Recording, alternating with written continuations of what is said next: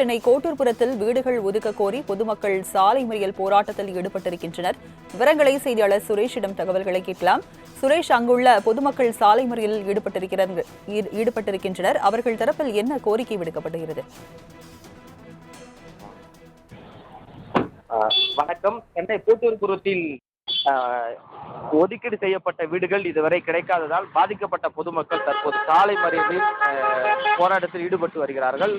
குறிப்பாக முந்தைய அதாவது திமுக ஆட்சியில் குறிப்பாக புதிய அடுக்குமாடி குடியிருப்புகள் உரியவிடம் ஒப்படைக்கப்படும் என்று அவர்கள் தரப்பிலிருந்து சொல்லப்பட்டிருந்தது. ஆனால் இதுவரை ஒப்படைக்கப்படாமல் இருப்பதால் தற்போது சாலையில் அமர்ந்து போராட்டத்தில் ஈடுபட்டு வருகிறார்கள்.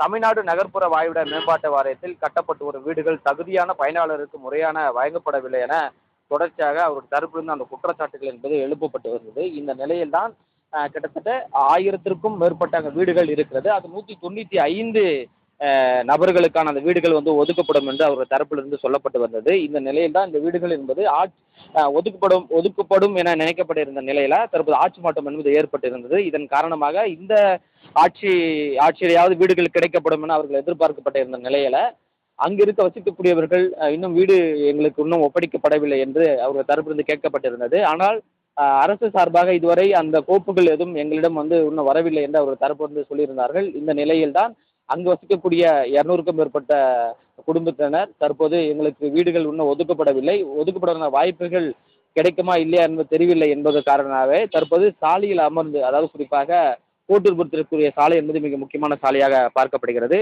வாகனங்கள் செல்லக்கூடிய இந்த முக்கிய சாலைகளில் தற்போது 100க்கும் மேற்பட்டோர்கள் பொதுமக்கள் அமர்ந்து அந்த சாலை மறியல் போராட்டத்தில் ஈடுபட்டு வருகிறார்கள். உடனடியாக எங்களுக்கு வீடுகள் ஒதுக்கப்பட வேண்டும், இல்லை என்றால் எங்களுடைய போராட்டத்தை நாங்கள் கைவிட மாட்டோம் என்று அவருடைய தரப்பிலிருந்து சொல்லப்படுகிறது. காவல்துறையினர் அவர் தரப்பிலிருந்து பேச்சுவார்த்தை நடத்தினாலும் இல்லை, அரசு சார்பாக அமைச்சர்கள் நேரடியாக எங்களிடம் எங்களுக்கு உறுதி அளிக்க வேண்டும், உறுதி அளித்தால் மட்டுமே நாங்கள் இந்த இடத்தை விட்டு கலந்து செல்வோம் என அவர் தரப்பிலிருந்து சொல்லப்பட்டு வருகிறது. தற்போது வரை ஒரு 45 நிமிடத்திற்கு மேலாக அங்கே போக்குவரத்து நெரிசல் ஏற்பட்டிருப்பதால் கிட்டத்தட்ட ஒரு 400 மீட்டருக்கு தொலைவிற்கு அங்கே இருசக்கர வாகனங்கள், பேருந்துகள் செல்ல முடியாத நிலை ஏற்பட்டு வருவதால் பொதுமக்கள் கடுமையான பாதிப்புக்கு உள்ளாகி வருகிறார்கள். உடனடியாக அரசு தரப்பிலிருந்து எங்களுக்கு ஒரு பேச்சுவார்த்தை நடைபெற வேண்டும். அப்படி நடைபெற்றால் மட்டுமே தான் நாங்கள் இந்த போராட்டத்தை கைவிடும் என்று அங்கே இருக்கக்கூடிய பொதுமக்கள் தெரிவித்திருக்கிறார்கள். இதனால் அந்த சாலை முழுவதுமாக போக்குவரத்து நெரிசல் என்பது ஏற்பட்டிருக்கிறது என்பது குறிப்பிடத்தக்கது.